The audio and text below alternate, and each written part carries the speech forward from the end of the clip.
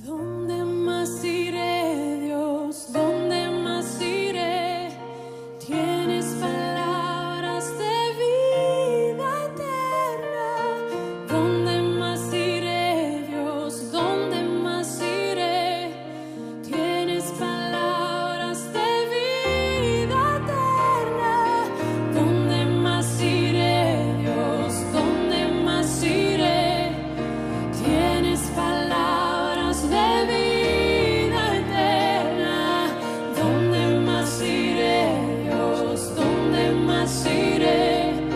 Tienes palabras de vida eterna. En lo que estamos viendo de 2 de Corintios, y decidí poder volver a ver algunos textos de Efesios. Así que seguramente por este domingo y el que viene, no sé si serán 2 o 3 domingos, vamos a repasar parte de Efesios capítulo 4, una sección muy linda acerca de la doctrina de la iglesia. Efesios capítulo 4, versículo 1, es el texto que vamos a compartir, a leer. Como siempre le animo a dejar su Biblia abierta una vez que leemos, así puede seguir usted la lectura junto conmigo y puede ir viendo que lo que el Señor está ahí hablando en cada uno de estos versículos. Efesios capítulo 4, versículo 1 al versículo 6. Dice así la palabra del Señor. Yo pues, preso en el Señor, os ruego que andéis como es digno de la vocación con que fuisteis llamados, con toda humildad y mansedumbre, soportándoos con paciencia los unos a los otros en amor, solícitos en guardar la unidad del Espíritu en el vínculo de la paz. Un cuerpo y un espíritu, como fuisteis también llamados en una misma esperanza de vuestra vocación. Un Señor, una fe, un bautismo, un Dios y Padre de todos, el cual es sobre todos y por todos y en todos. Oramos nuevamente y luego vamos a ir a la palabra. Padre, te doy muchas gracias por la bendición de esta reunión hermosa que estamos teniendo. Es mi ruego ahora pedirte por tu palabra que nos pueda hablar a nuestra vida, que tu Espíritu Santo alumbre nuestro entendimiento y nos haga entender, que podamos ser confrontados, consolados, animados, que puedas hacer la obra que tenés planificado hacer por medio de ella. Que podamos estar atentos, escuchar con atención y ser ministrados por medio de la predicación de tu palabra. Pido todo esto en el nombre de tu Hijo Jesucristo. Amén. Bien, el título del sermón de hoy es Unidos para crecer. Cada 3 meses en la iglesia tenemos lo que llamamos nosotros la reunión de premembresía. ¿Está bien? La próxima es en junio, si mal no me acuerdo, el primer domingo de junio. Primer sábado de junio, mejor dicho, sí. En esa charla que se da, les explicamos a las personas que vienen, a las que quieren ser miembros de nuestra congregación, acerca de lo que es la historia de la iglesia, una historia corta, porque este año, si Dios quiere, vamos a cumplir 6 años nomás. Le hablamos acerca de nuestra visión y cuáles son los valores fundamentales que como iglesia local nosotros tenemos.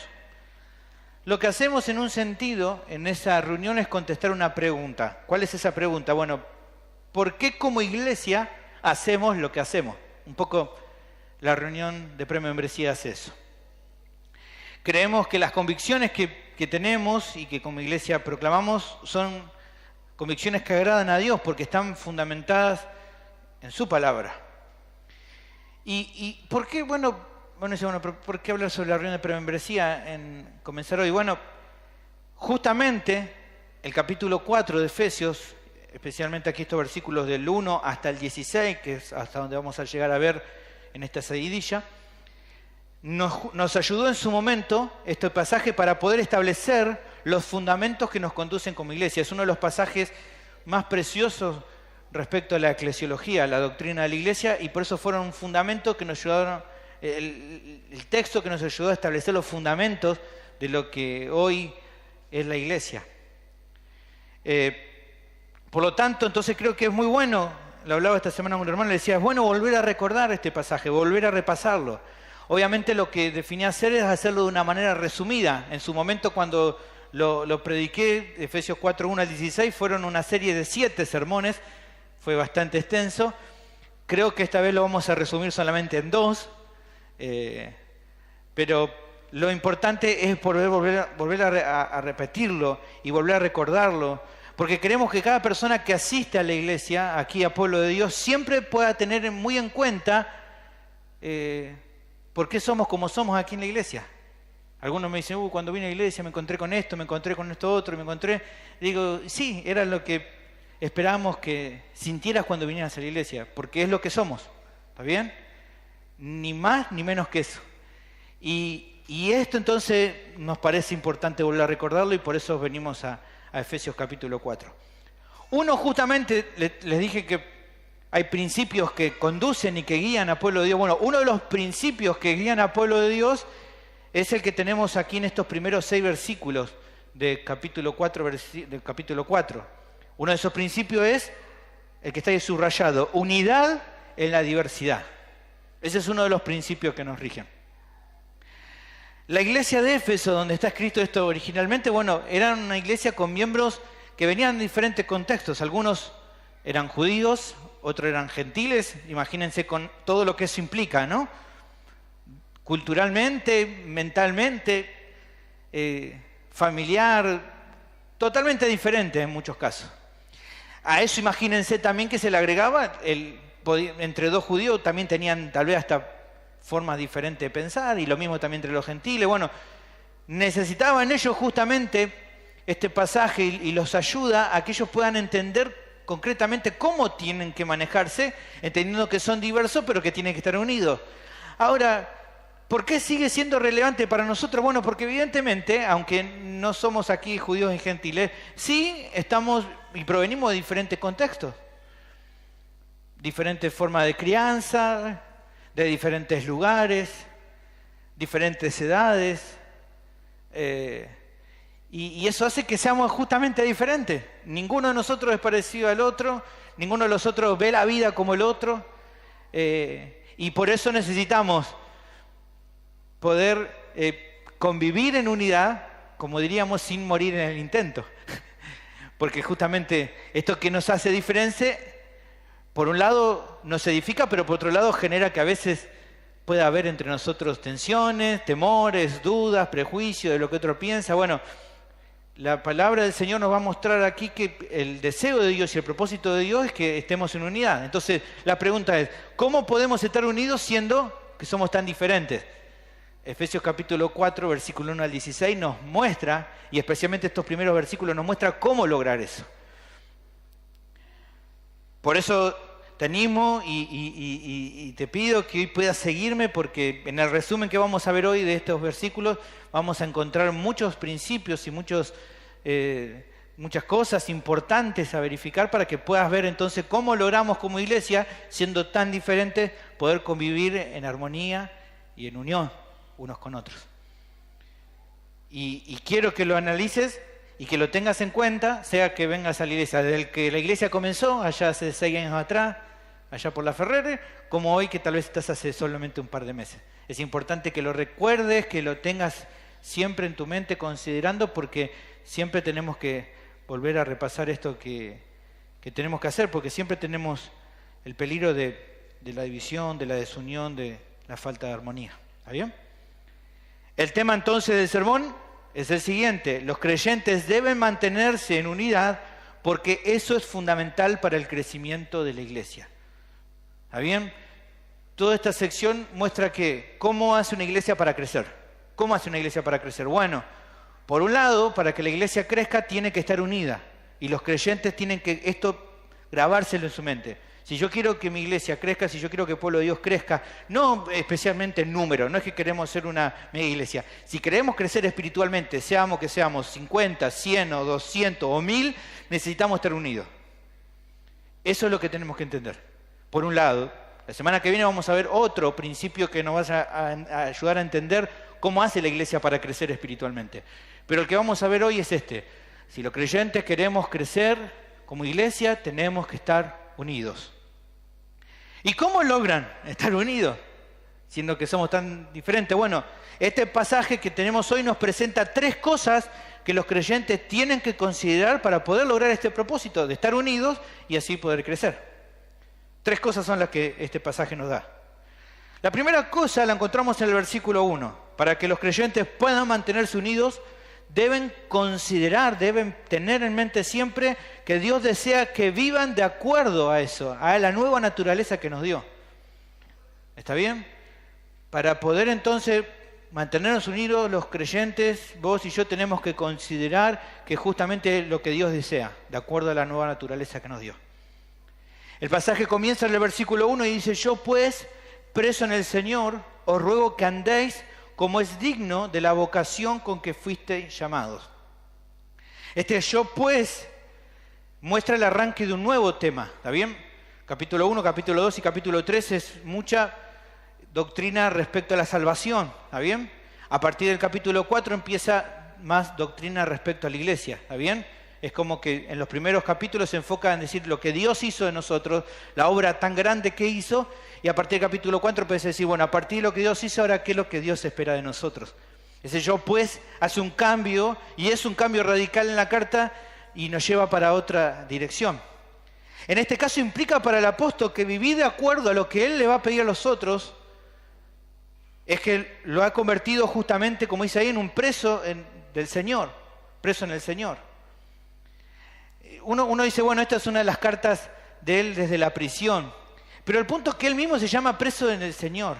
¿Por qué? Porque evidentemente él ha puesto su libertad a los pies de Cristo. Eso es lo que él está en su mente. Él sabe que Cristo lo compró con precio de sangre y entonces ahora él es un preso de Cristo. Él es un esclavo del Señor. Él ha sido liberado de la esclavitud del pecado, pero ahora está bajo otro Señor, que no era como el otro que lo llevaba a la ruina espiritual, sino que es alguien que lo edifica, que le ha dado vida y es un esclavo por amor. Por eso él se define como preso del Señor. Él no estaba preso ahora porque tal vez estaría encerrado en una cárcel. Él había comenzado su encarcelamiento, por así decirlo, el día en el camino de Damasco, cuando Dios lo salvó. Cuando comenzó el Señor y lo llamó para el ministerio, es el momento en el cual él quedó preso del Señor. Ya Saulo quedó atrás toda su vida y ahora él estaba queriendo seguir al Señor. Y lo que hace él entonces acá es dar la primera instrucción. Fíjense que empieza una instrucción, pero si fijamos ahí, no vemos que lo haga como siendo agresivo, ¿no? No es que lo dice, bueno, tienen que hacerme caso con esto. Tampoco es que busca manipularlos, ¿no? O buscar una forma de darles lástima para que entonces ellos digan, bueno, vamos a hacerle caso. Sino que él lo habla en un tono, dice ahí, yo pues preso en el Señor, dice, os ruego. Él les ruega. Aquí la idea de rogar es la palabra paracaleo, que significa pedir fervorosamente, rogar, implorar, pedir cerca de alguien, como si estuviera al lado de la otra persona. Eso es paracaleo, estar cerca. Y ahí cerca es como que él obviamente no estaba con ellos, pero es como esa intimidad de, les ruego, por favor, consideren esto que le voy a decir. ¿Qué es lo que les ruega él? ¿Qué dice el texto? Que anden como es digno de la vocación con que fueron llamados. Te pido y por favor, Pau, buscame este versículo en Biblia de las Américas. La palabra esta anden también se puede traducir como comportarse, o también podría traducirse como, creo que mejor lo traduce Biblia de las Américas, que es vivan. Vivan, anden, vivan, compórtense. ¿Cómo quiere que se comporten? Bueno, dice ahí como es, fíjense ahí está, Biblia de las Américas, gracias. Si yo pues prisionero del Señor, os ruego que viváis. ¿Está bien? Es esta idea, esa palabra, andar, vivir, conducirse habitualmente de una manera. ¿Cómo? Bueno, como es digno, esta idea de cómo es digno es según el valor, de acuerdo al peso del llamado que han recibido. O sea, lo que le está diciendo es, les ruego que vivan de acuerdo al tremendo peso del llamado tan grande que recibieron.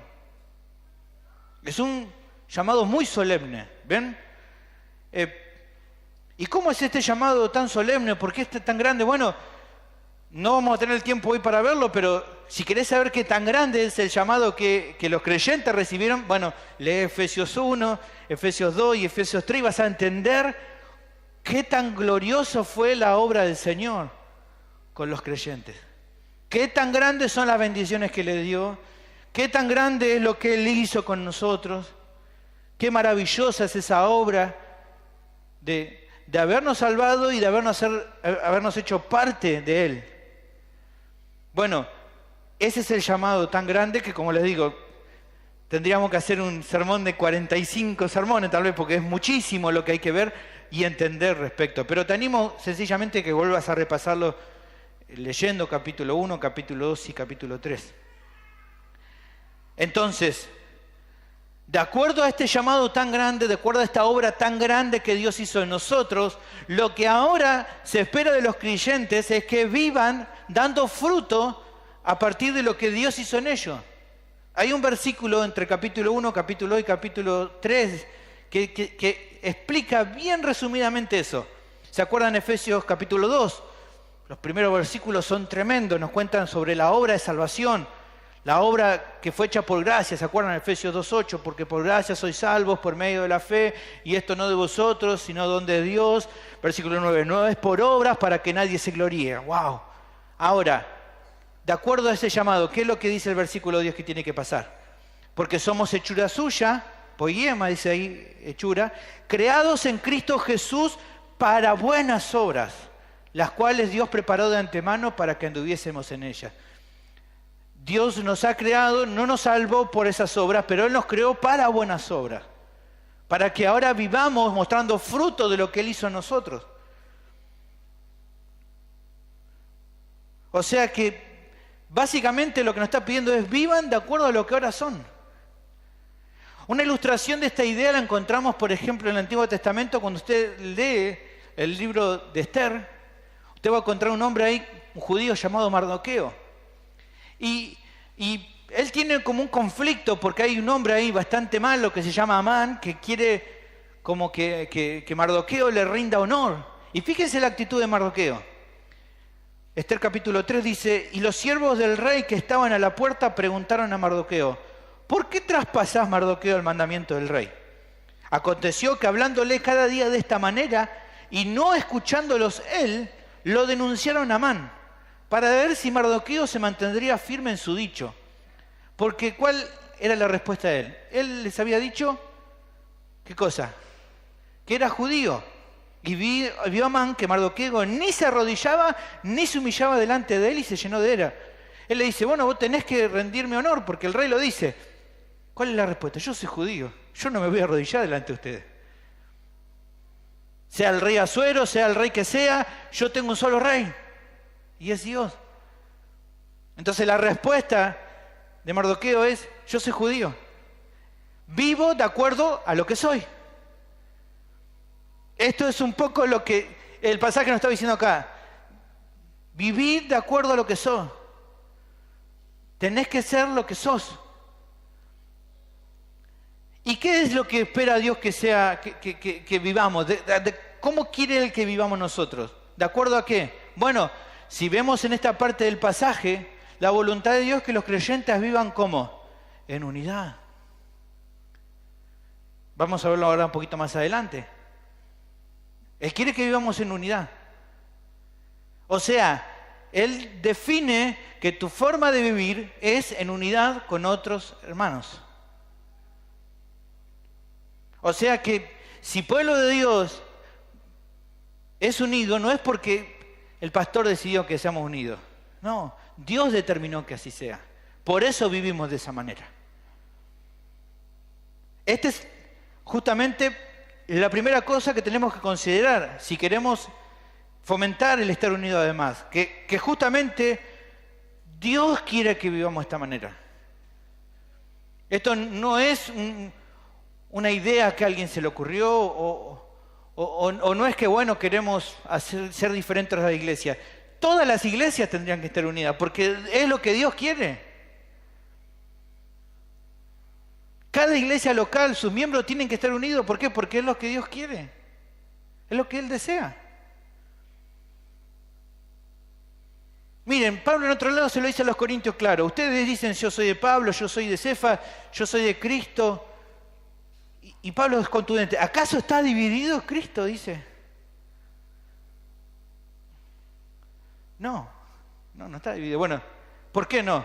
Porque la voluntad de Dios es que los creyentes estén unidos. Entonces esto es lo primero que tenés que considerar para entender por qué tenés que estar unidos. Porque es lo que Dios quiere. Porque Dios te creó para que ahora vivas en comunidad. Antes de conocer al Señor, hermano, muchos de nosotros no podíamos vivir en unidad. Teníamos justamente una actitud totalmente diferente. No nos podíamos llevar bien con los demás. La Biblia dice en Tito capítulo 3, versículo 3, dice, porque nosotros también éramos en otro tiempo insensatos, rebeldes, extraviados, esclavos de concupiscencia y deleites diversos, viviendo en malicia y envidia, aborrecibles y aborreciéndonos unos a otros.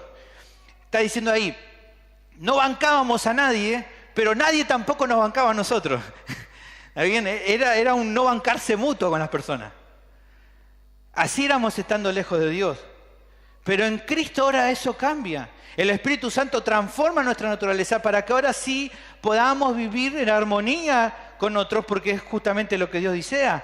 Salmo 133 lo declara, mirad cuán bueno y cuán delicioso es habitar los hermanos juntos en armonía.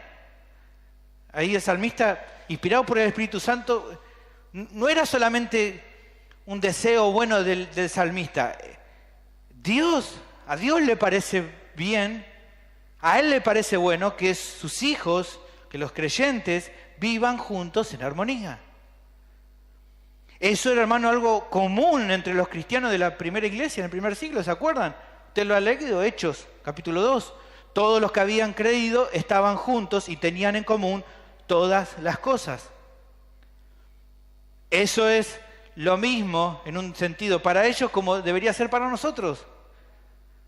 Dios quiere que todos los que están en esta iglesia y han creído estemos juntos y tengamos en común las cosas, que vivamos en armonía, en unidad. Mi pregunta es, ¿te das cuenta entonces que si no fomentás la unidad se estás yendo en contra de la voluntad de Dios? Cuando vos tomás una actitud divisiva o una actitud que no fomente la unidad, no estás yendo en contra del pastor o de un hermano, estás yendo en contra de Dios. Segundo, para que los creyentes puedan mantenerse unidos, deben considerar las virtudes que son necesarias para que eso sea posible. Para que podamos realmente estar unidos, hay que pensar en cuáles son las virtudes que realmente se necesitan para que eso sea posible. Bueno, pensando cuáles son esas virtudes que realmente se necesitan, a esas tenemos que apuntar. ¿Está bien? Aquí el pasaje va a seguir mostrando cuáles son estas 4 virtudes, estas 4 condiciones que son fundamentales para lograr la unidad que luego va a traer, ¿qué cosa? Que la iglesia crezca. ¿Cuáles son? Fíjense el versículo 2. Con toda humildad, con toda mansedumbre, soportándoos con paciencia los unos a los otros en amor. En otra versión está un poco modificado y creo que es mejor, dice, con toda humildad, con toda mansedumbre, con toda paciencia y soportándonos en amor los unos a los otros. Esas serían las 4 virtudes que menciona el texto. Y esta es la segunda cosa que tenemos que considerar. No prestar atención a las virtudes que son realmente necesarias va a producir falta de unidad y obviamente la iglesia no va a crecer. Si no prestamos atención a estas virtudes, si no nos enfocamos en ellas, la iglesia no va a poder estar unida y por lo tanto no va a crecer. Me parece bueno, en su momento tomamos más tiempo, pero vamos a hacerlo resumido hoy, ver estas 4 virtudes y hablar un poquito de ellas para entender por qué son tan importantes. La primera que menciona nuestro texto, ¿cuál es? ¿Cuál es la primera? Humildad, bien, así me siguen. Humildad, la primera característica que se menciona no es un poco de humildad, no más o menos humildad, sino cuánta humildad. Toda humildad. La palabra utilizada acá está muy buena, la que utiliza en el original. Es la palabra tapeinophrozune o algo así, que da la idea de una humildad de mente. O sea, a la hora de pensar, de juzgar, hacerlo con una mente dócil. Y es muy interesante esta palabra porque dice, por ejemplo, John Wesley respecto a esta palabra, dice, ni los romanos, dice él, ni los griegos tenían una palabra específica para aludir al concepto de humildad. O sea, cuando vos decías humildad, yo te miraba, ¿qué es eso? No entendían eso. El pastor John MacArthur, hablando respecto a esto, dice lo siguiente, escucha, dice, el concepto mismo, este tapeinophrozune, humildad, era tan ajeno y aborrecible para el modo de pensar de los griegos y de los romanos, que ni siquiera contaban con un término para describirlo. Parece, esto es interesante, que este término griego fue acuñado, fue inventado, por así decirlo, por los cristianos.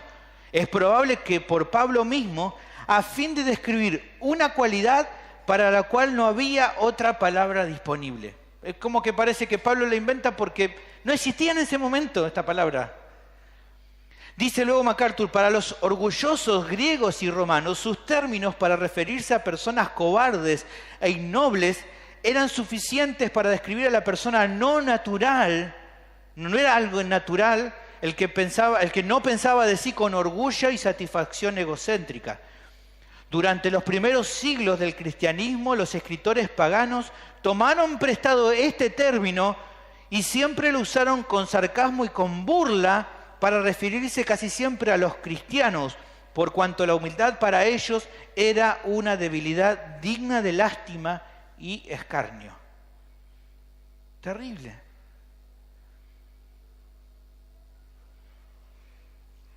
Ahora, ¿qué es lo que está marcando aquí? Bueno, ¿por qué se toma Pablo para hablarnos de esta humildad? Bueno, porque creo que la humildad realmente es fundamental, hermanos, para que podamos estar en armonía y podamos estar en unidad.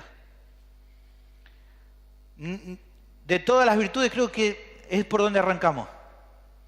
Si descuidamos de hecho esta virtud, si vos descuidás esta virtud, entonces tu vida se va a llenar de lo contrario, que es orgullo. Y eso va a provocar desunión. Ahora, ¿cómo se puede desarrollar esta virtud? ¿Cómo se puede ser más humilde? ¿Se puede ser más humilde? Bueno, yo creo que sí que podemos avanzar, como en otras virtudes. Por un lado, hermano, creo que la manera más práctica de ir desarrollando la humildad es justamente teniendo una conciencia correcta de nosotros mismos. O sea, dice un predicador, empieza con una visión honesta de uno mismo, sin adornos ni retoques. O sea, tener una conciencia adecuada, por un lado, es hacernos cargo. ¿De qué? De que tenemos lucha con el orgullo. No quiero generalizar porque uno dice, bueno, generalizar es malo, pero todos, por decir, y me hago cargo, todos tenemos lucha con el orgullo. De una u otra manera, es algo que nos involucra a todos. Es más, si yo preguntara acá quién es humilde y alguien levanta la mano, ya me voy a dar cuenta de que no es muy humilde que digamos, pero es una lucha que tenemos. Entonces lo primero que quiero, y te lo digo en criollo, es, si querés tratar y crecer en humildad, primero tenés que hacerte cargo de que sos orgulloso de una u otra manera. Y que por lo tanto tenés que tratar con ese orgullo, sea la forma que tenga. Como siempre digo, lo peligroso que es el orgullo es que tiene mucha forma de vestirse. Entonces, lo que para uno puede ser orgullo de una manera, para otro de otra manera, pero todos de una manera y otra peleamos con eso. Una forma de crecer en humildad es hacernos cargo. Sí, soy orgulloso en esto o en aquello. Primera de Juan 8, ¿no? Capítulo 1, versículo 8 dice, si decimos que no tenemos pecado, y lo voy a parafrasear, ¿no? Si decimos que no tenemos orgullo cuando realmente en nuestro corazón sabemos que tenemos, nos engañamos a nosotros mismos, hermano. Y la verdad no está en nosotros. Pero si confesamos nuestros pecados, Él es fiel y justo para perdonar nuestros pecados y limpiarnos de toda maldad. Entonces, por un lado necesitamos eso, queremos crecer en humildad, hagámonos cargo, confesemos nuestro pecado y vayamos cada día limpiando de eso. También, hermano, para poder crecer en humildad, tenés que tener una visión clara de vos mismo, reflexionar y no cometer el error de querer compararte con el otro y decir, oh, qué groso que soy yo, y no maximizar, ¿no? Poner en alto lo que vos hacés bueno y minimizar lo que el otro puede hacer. A veces lo hacemos, hermano, comparamos. Empezamos como a querer decir, si yo, ¿quién sabe más? ¿Quién sirve más? ¿Quién sirve mejor? ¿Quién conoce mejor algo? Y eso es una actitud orgullosa. Fíjense que Pablo lo resalta, y lo vamos a ver en su momento cuando lleguemos, 2 Corintios capítulo 10, versículo 12.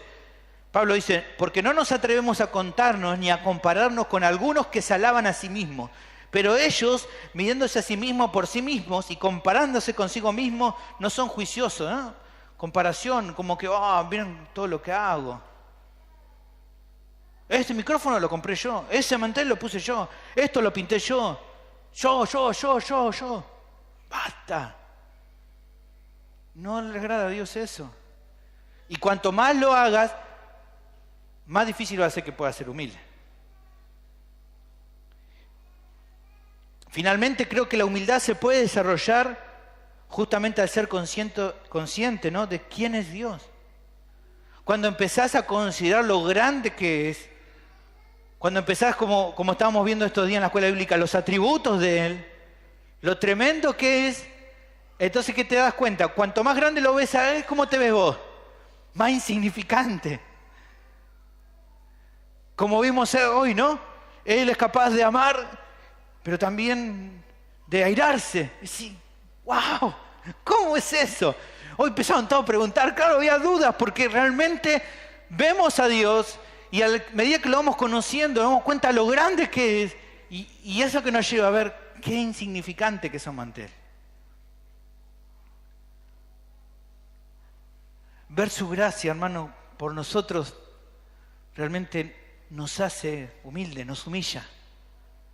Cuando pensamos en eso es cuando entonces podemos ponernos en la piel de Pablo, que hablaba de sí mismo y decía, Dios vino a salvar a los pecadores, de los cuales soy el primero. O en otra versión dices, el peor. ¿Por qué? Porque él consideraba lo grande que era Dios. Considerar lo grande que era Dios lo llamó a Pedro a decir, aléjate de mí, soy hombre pecador. No merezco estar. Realmente esto es tremendo. Ahora, ¿quién es el ejemplo más grande que tenemos de humildad en la palabra? Jesucristo.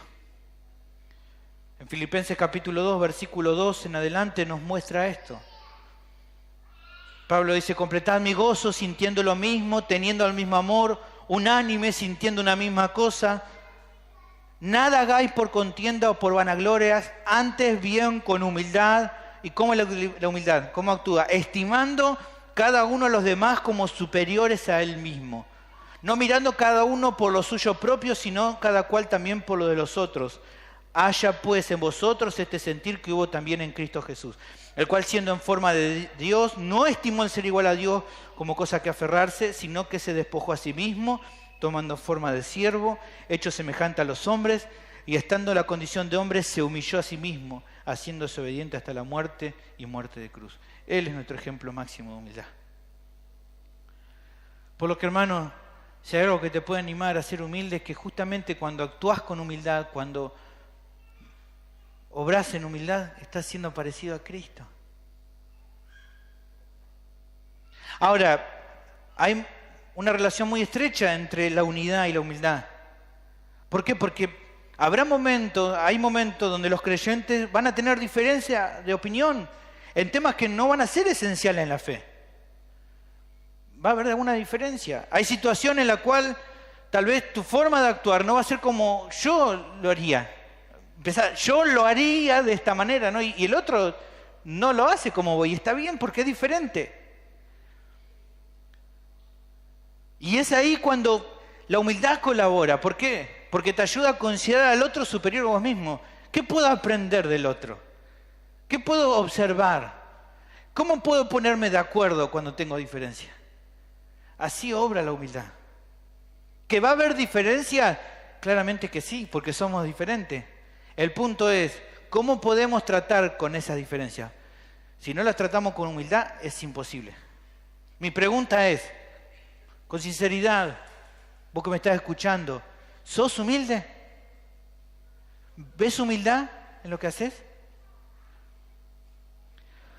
Otra de las virtudes mencionadas, mansedumbre.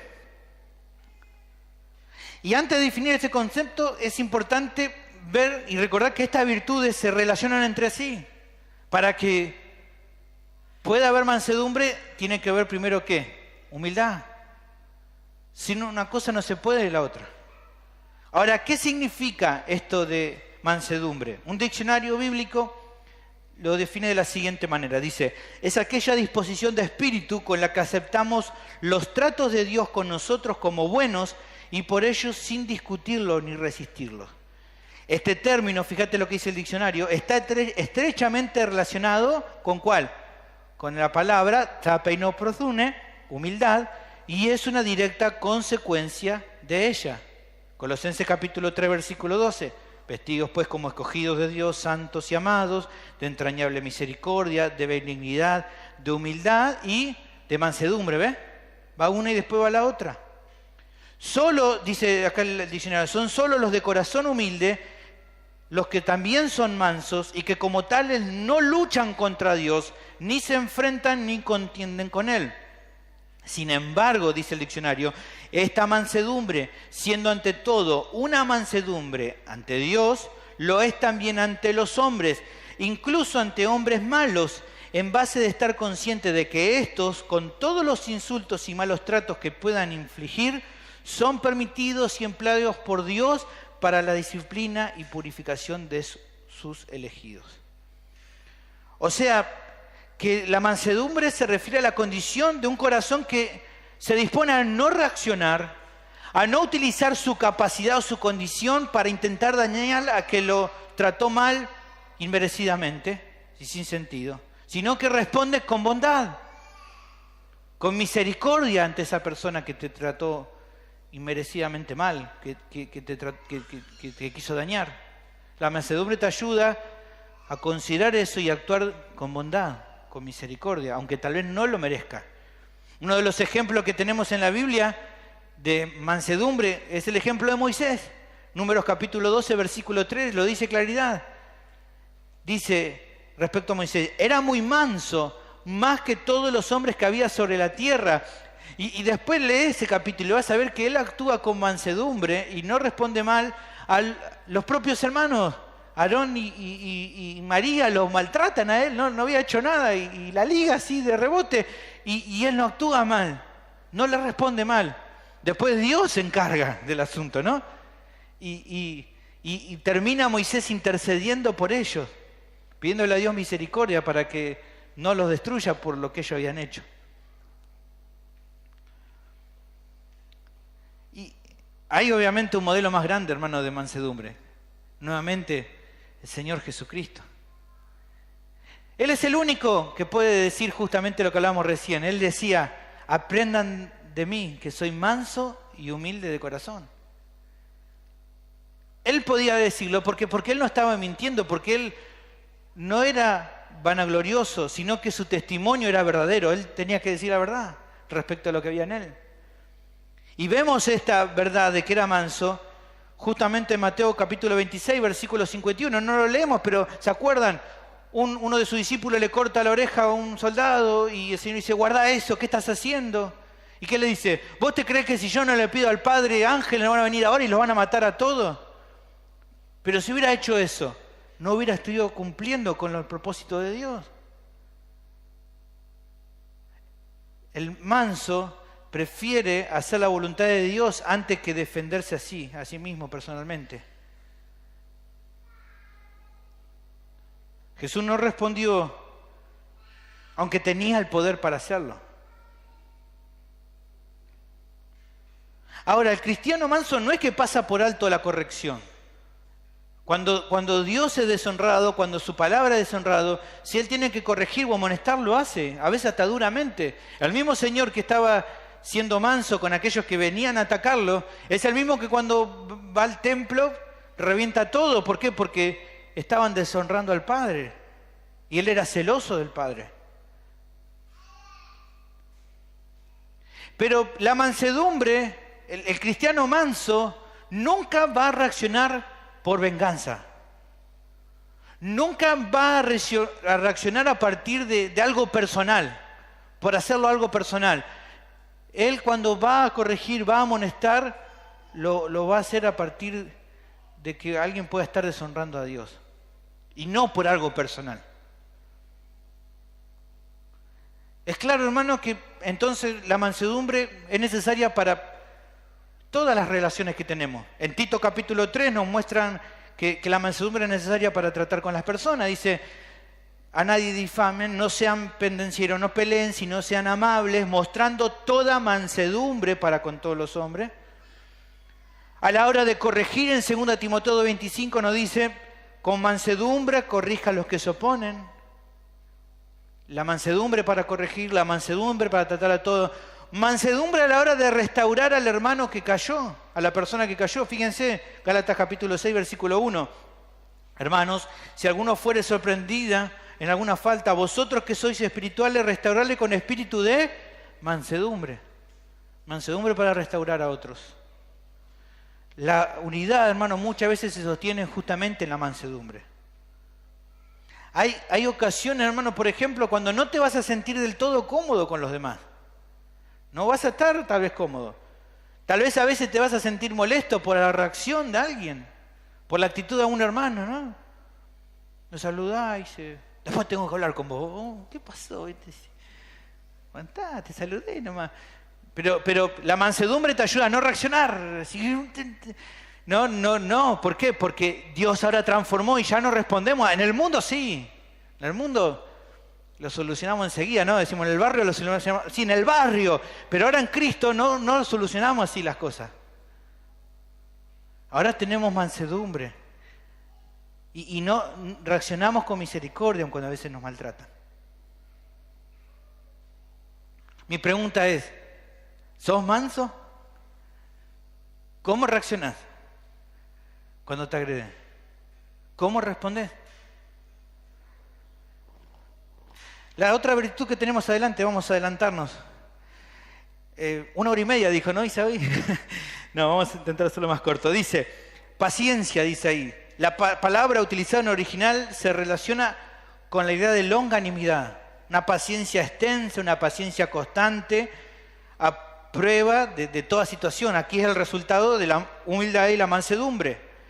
Así como la mansedumbre nos ayuda a relacionarnos bien con los otros, la paciencia nos ayuda a reaccionar bien ante las situaciones que vivimos. MacArthur dice al respecto, la persona paciente resiste todas las circunstancias negativas y nunca cede ante ellas. En Abraham tenemos un ejemplo de paciencia. En Hebreos capítulo 6, versículo 15 se nos dice que con paciencia él esperó y alcanzó la promesa.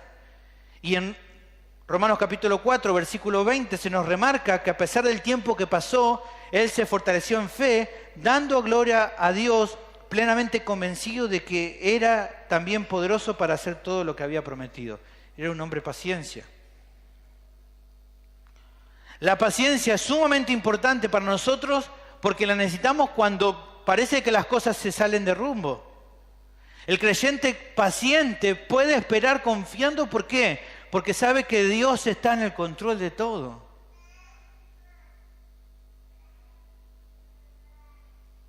Cuando las situaciones no salen como espera en la iglesia, el creyente paciente no se va, no dice, bueno, ya está, me voy, chao.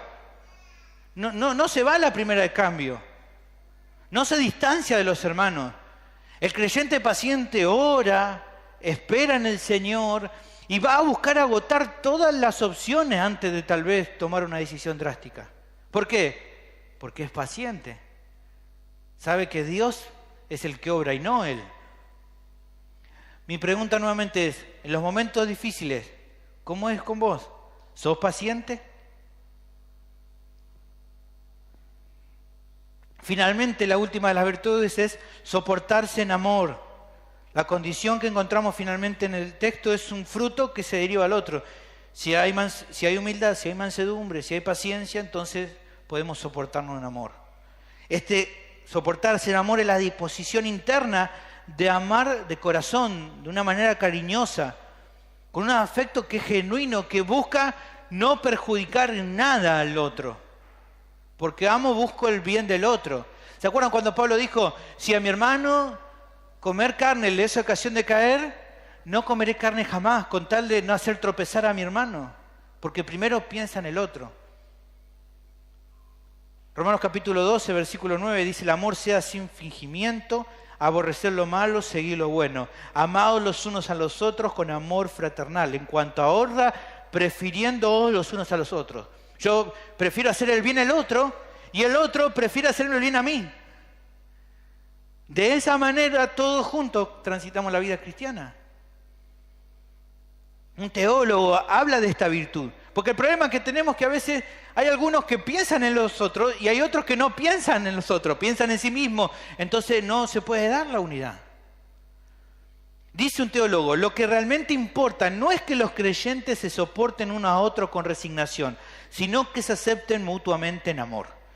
Sobre el amor no se establece una sola dirección en que unos perdonan y otros ofenden, sino en que todos, amándose real y entrañablemente, se buscan para restaurarse mutuamente y se soportan unos a otros en una expresión de amor verdadera. Evidentemente el amor tiene que ser prioritario en las relaciones que tenemos en la iglesia. ¿Por qué? Porque el amor provoca que uno piense primero en el beneficio del otro y no en el beneficio de uno. ¿Y qué es de beneficio para mi hermano? Según lo que vimos recién. Que estemos unidos. Entonces, como Dios desea que para que mi hermano crezca yo tengo que estar unido con él, entonces yo voy a pensar en mantenerme unido. ¿Por qué? Porque quiero que mi hermano sea beneficiado. Por eso necesitamos el amor. Mi pregunta es, ¿soportarse en amor a los demás?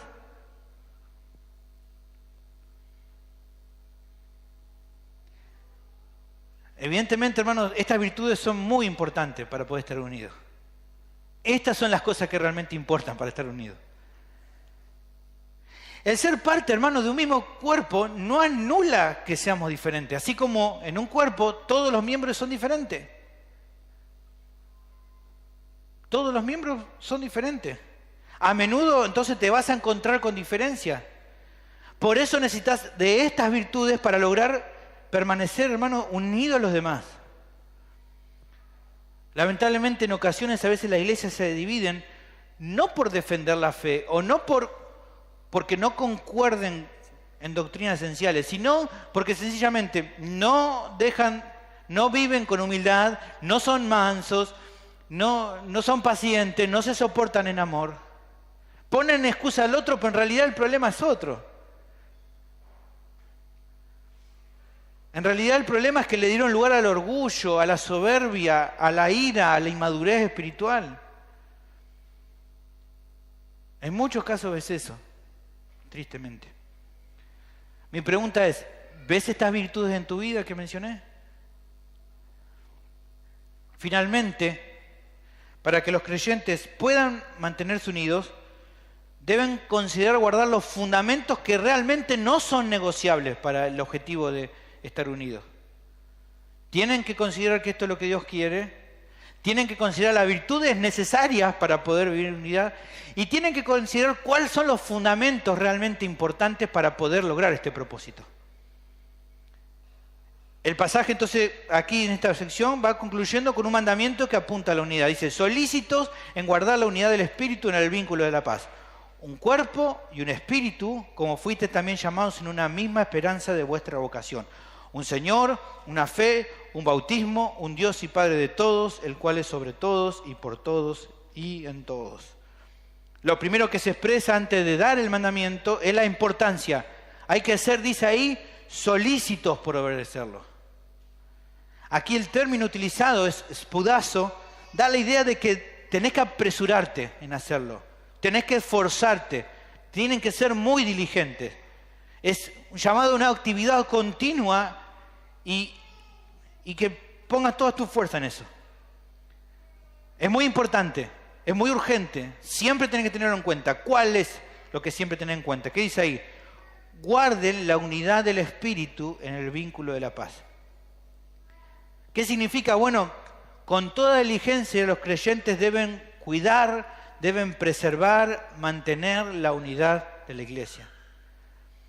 Ahora, fíjate que no nos pide el pasaje ahí que nosotros fabriquemos la unidad, que nosotros la creemos. ¿Por qué? ¿Quién es el que se encarga de hacer? Dios, dice la unidad del Espíritu. El Espíritu Santo ya generó en nosotros la unidad. Al hacernos parte del cuerpo de Cristo, Él ya nos ha unido. Lo que hacemos nosotros es guardar eso que Dios hizo entre nosotros. Es mantenerlo, es preservarlo, es protegerlo. Y eso es justamente lo que el Señor desea y ora por nosotros cuando hace la famosa oración de Juan capítulo 17. Dice, versículo 11, y ya no estoy en el mundo, mas estos están en el mundo, y yo voy a ti. Padre Santo, a los que me has dado, guárdalos en tu nombre, para que sean uno, así como nosotros. El propósito de Dios era hacernos uno, y nos hizo uno por medio de la cruz. Ahora Él quiere que guardemos esa unidad. Versículo 21, para que todos sean uno, como tú, oh Padre, en mí y yo en ti, que también ellos sean uno en nosotros, para que el mundo crea que tú me enviaste. La gloria que me diste yo les he dado, para que sean uno, así como nosotros somos uno. Yo en ellos y tú en mí, para que sean perfectos en unidad, para que el mundo conozca que tú me enviaste y que los has amado a ellos, como también a mí me has amado. Este fue el propósito de Dios, el deseo de Dios desde el comienzo, que esta unidad sea mostrado en los creyentes, en una comunión permanente y genuina entre nosotros. Ahora, ¿cómo logramos esta unidad? Bueno, ahí dice el texto que estamos leyendo, mediante el vínculo de la paz. Este vínculo, la palabra que se menciona es como un cinto que une, que la gente se ponía en la ropa y para sujetar toda esa ropa se ponían como un cinto que sujetaba. Bueno, esa es la idea, el cinto de la paz, el vínculo de la paz. Es un cinturón que sostiene la unidad. Y ya vimos cuáles eran las virtudes necesarias para esta unidad. ¿Qué dijimos? Humildad, mansedumbre, paciencia, soportarse en amor. Bueno, ¿cuál es la última que dijimos? Amor. Cuando hay amor, entonces va a haber paz. O también podemos decir que para que haya paz, tiene que haber amor. Colosenses capítulo 3, versículo 14 nos muestra esto. Y sobre todas estas cosas dice, vestidos de amor, que es el vínculo perfecto. ¿Y qué dice después? Y la paz de Dios gobierne vuestros corazones. ¿Ven? Si hay amor, entonces va a haber paz. Entonces, cuando no hay paz en una iglesia, ¿qué es lo que está faltando? Amor. Ahora, tal vez alguien pueda pensar en todo esto que hablamos. No es, a ver si se entiende, ¿no es contradictorio pedir unidad cuando justamente somos tan diferentes? ¿No es que como que Dios nos está pidiendo algo imposible? Él nos pide que seamos unidos y justamente somos diferentes. ¿Cómo se hace? ¿No es contradictorio? Bueno, no es contradictorio. El mandamiento que Él nos ha dado, y entenderlo bien, el mandamiento no es, tiene que estar unidos absolutamente en todas las cosas.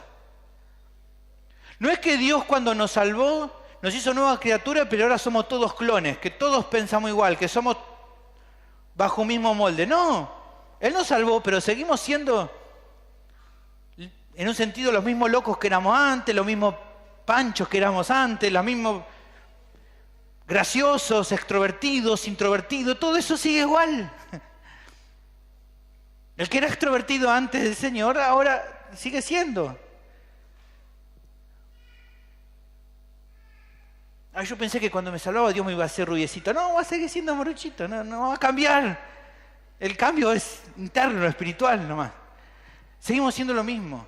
Dios no nos hizo clon, entonces no tenés que pensar que todos tenemos que absolutamente en todo pensar igual. No es eso. lo que aquí nos está diciendo es lo siguiente: hay cosas en la vida cristiana en las que sí o sí tienen que estar unidos. Esas cosas no se pueden negociar. Esas son las cosas que realmente tenemos que buscar con toda solicitud de tener en unidad. Hay cosas esenciales que sí tenemos que estar unidos y que no son negociables. Respecto al otro lo podemos charlar todo. Esa es la tercera cosa entonces que tenemos que considerar si realmente queremos estar unidos. Guardar los fundamentos que son realmente importantes, lo que importa. ¿Y cuáles son estos elementos esenciales? Bueno, aquí el texto nos da 7 cosas, si mal no me acuerdo, que tienen que estar los creyentes para estar unidos. ¿Cuáles son esas cosas? Primero, que dice, un cuerpo. Aquí se refiere claramente a los miembros de la iglesia, los cuales pertenecen a un mismo cuerpo. ¿El cuerpo de quién? El cuerpo de Cristo, del cual Cristo es la cabeza.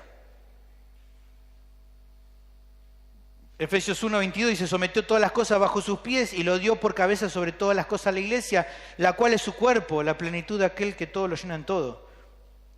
Más allá, hermanos, que la Biblia considera realmente la importancia y la autoridad de las iglesias locales y sus miembros, eso no va en contra de que todos los creyentes forman parte de una sola iglesia que Cristo salvó. Así como es tan cierto de que hay iglesias locales, también es cierto que todas esas iglesias locales forman parte de una sola iglesia. Un comentarista dice, todos los creyentes, estén donde estén, se congreguen de manera diferente, tengan sus reuniones de manera distinta e incluso entiendan asuntos de doctrina general de muchas maneras, son miembros de una única iglesia y por tanto hermanos los unos de los otros. Es necesario entender claramente que toda persona salva por gracia mediante la fe es incorporada a este cuerpo. Por lo que entonces, hermanos, querer mostrar rechazo o maltratar a otros creyentes a causa de diferencias que puedan tener es algo que desagrada a Dios. Porque Él hizo a todos los miembros parte del mismo cuerpo. Hace 2 años atrás escuchaba una predicación del pastor Steve Lawson y lo decía con claridad. Hermanos, en el cielo no va a haber una puerta para donde van a entrar los presbiterianos, o una puerta donde van a entrar los bautistas, o una puerta donde van a entrar los metodistas, pentecostales. Van a entrar todos por las mismas puertas. La puerta va a ser de los salvos. A veces nos cuesta entender eso. Dice también un espíritu. Es por un mismo Espíritu Santo que cada creyente ha sido incorporado al cuerpo. Él justamente es el que hace la obra, Él es el que da vida a cada cristiano. De hecho, no tener el Espíritu de Cristo es no tener a Cristo mismo. Primera de Juan capítulo 4, versículo 13. En esto conocemos que permanecemos en Él y en Él nosotros, en que nos ha dado de su Espíritu. Saber y entender esto, que el Espíritu Santo es el que obra en todos los creyentes por igual, es lo que nos da confianza en saber que Él es el que trabaja por la unidad, el que trabaja en cada corazón. También habla de una misma esperanza. Creo en este caso que está hablando respecto a la esperanza del regreso del Señor. Más allá, hermano, de las diferentes posturas escatológicas respecto a los últimos tiempos que cada uno puede tener, los creyentes coinciden todos es que esperan y ansían la vuelta del Señor, hermano. ¿Cuál es nuestra expectativa? Verle como Él es, verle cara a cara. Amados, dice 1 Juan 3, ahora somos hijos de Dios y aún no se ha manifestado lo que hemos de ser, pero sabemos que cuando Él se manifieste, seremos semejantes a Él porque le veremos tal como Él es. ¿Y qué dice? Y todo aquel que tiene esta esperanza de ver al Señor, se purifica a sí mismo así como Él es puro. Él es nuestra esperanza. La esperanza de verle es una esperanza que tienen todos los creyentes. Todos los creyentes. Cristo es nuestra esperanza de gloria, hermano. Tenemos que entenderlo eso también. Colosenses 1:27 dice, a quienes Dios quiso dar a conocer la riqueza de la gloria de este misterio entre los gentiles, que es Cristo en vosotros la esperanza de gloria. Él es nuestra esperanza. ¿Qué dice también nuestro texto? ¿Un qué? Un Señor. Los creyentes estando lejos de Dios, teníamos muchos señores, muchos dioses, muchos ídolos, pero ahora estando en el camino del Señor, solo hay un Señor para nosotros.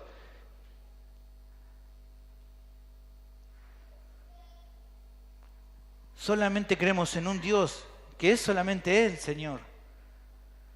Primera de Corintios capítulo 8, versículo 5, versículo 6 dice, porque aunque haya algunos que se llamen dioses, sea en el cielo o en la tierra, como hay muchos dioses y señores, para nosotros, para los creyentes, sin embargo, solo hay un Dios, el Padre, del cual proceden todas las cosas, y nosotros somos para Él. Y un solo Señor, Jesucristo, por medio del cual son todas las cosas, y nosotros por medio de Él. Hermanos, cuando luchamos en contra de la unidad, estamos en un sentido oponiéndonos al señorío de Cristo.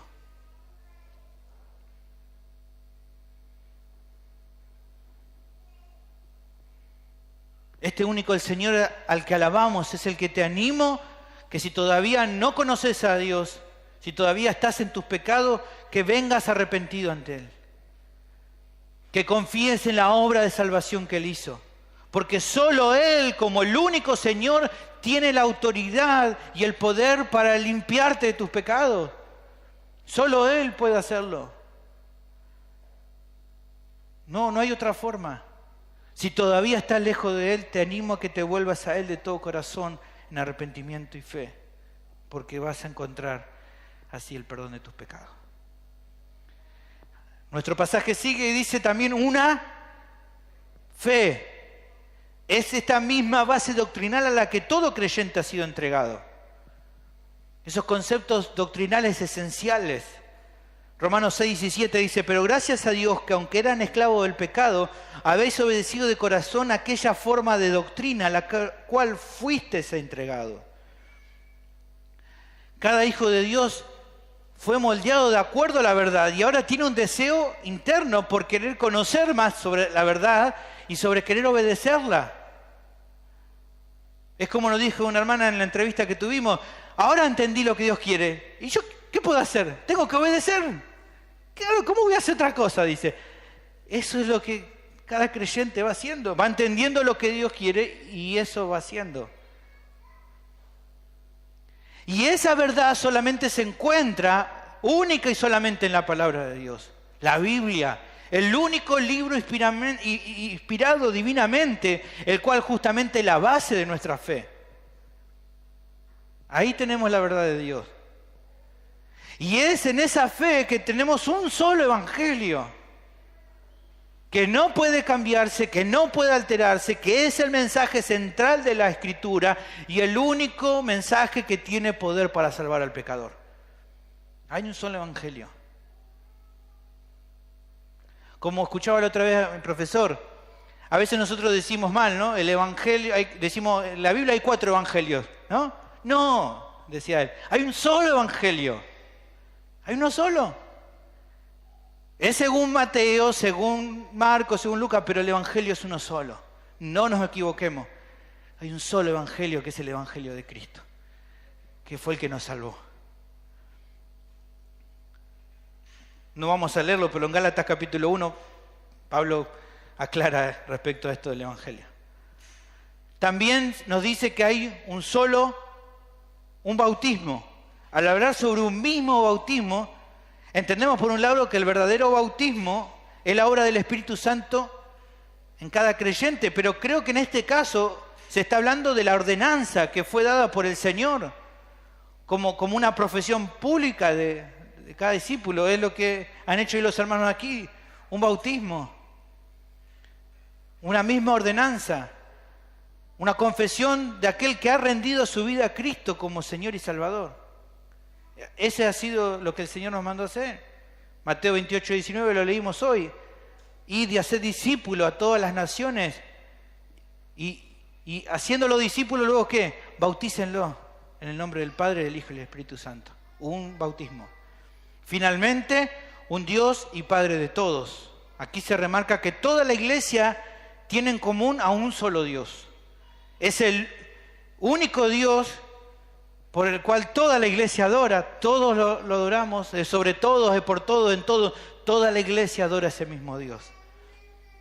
Aunque tal vez en alguna iglesia tengan una forma de liturgia, en la nuestra tenemos otra, pero en sí toda la iglesia adora al mismo Dios.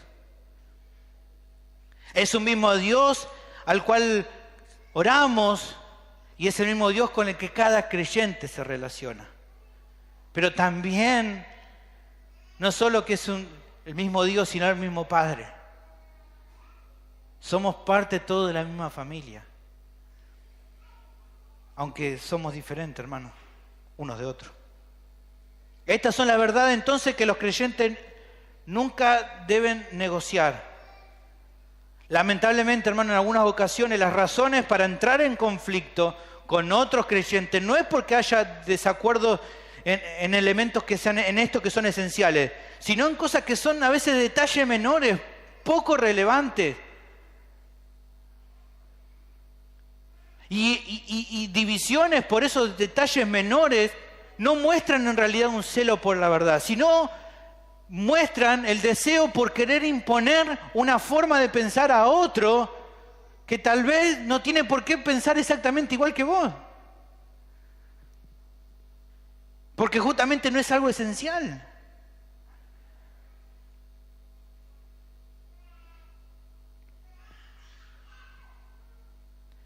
Quiero que recuerden siempre esto, hermano. La iglesia no procura estar unida porque fue una buena idea que a alguien se le ocurrió. La iglesia se esfuerza por la unidad porque si no lo hace no va a poder crecer. Y porque si no nos mantenemos unidos, la iglesia no va a glorificar a Dios. Esa es la razón por la que estamos unidos. Y entendemos que para lograr esa unidad, esto depende del aporte personal de cada uno de los miembros. Mi pregunta es, ¿cómo es en tu caso? ¿Estás fomentando la unidad? Padre, te doy muchas gracias.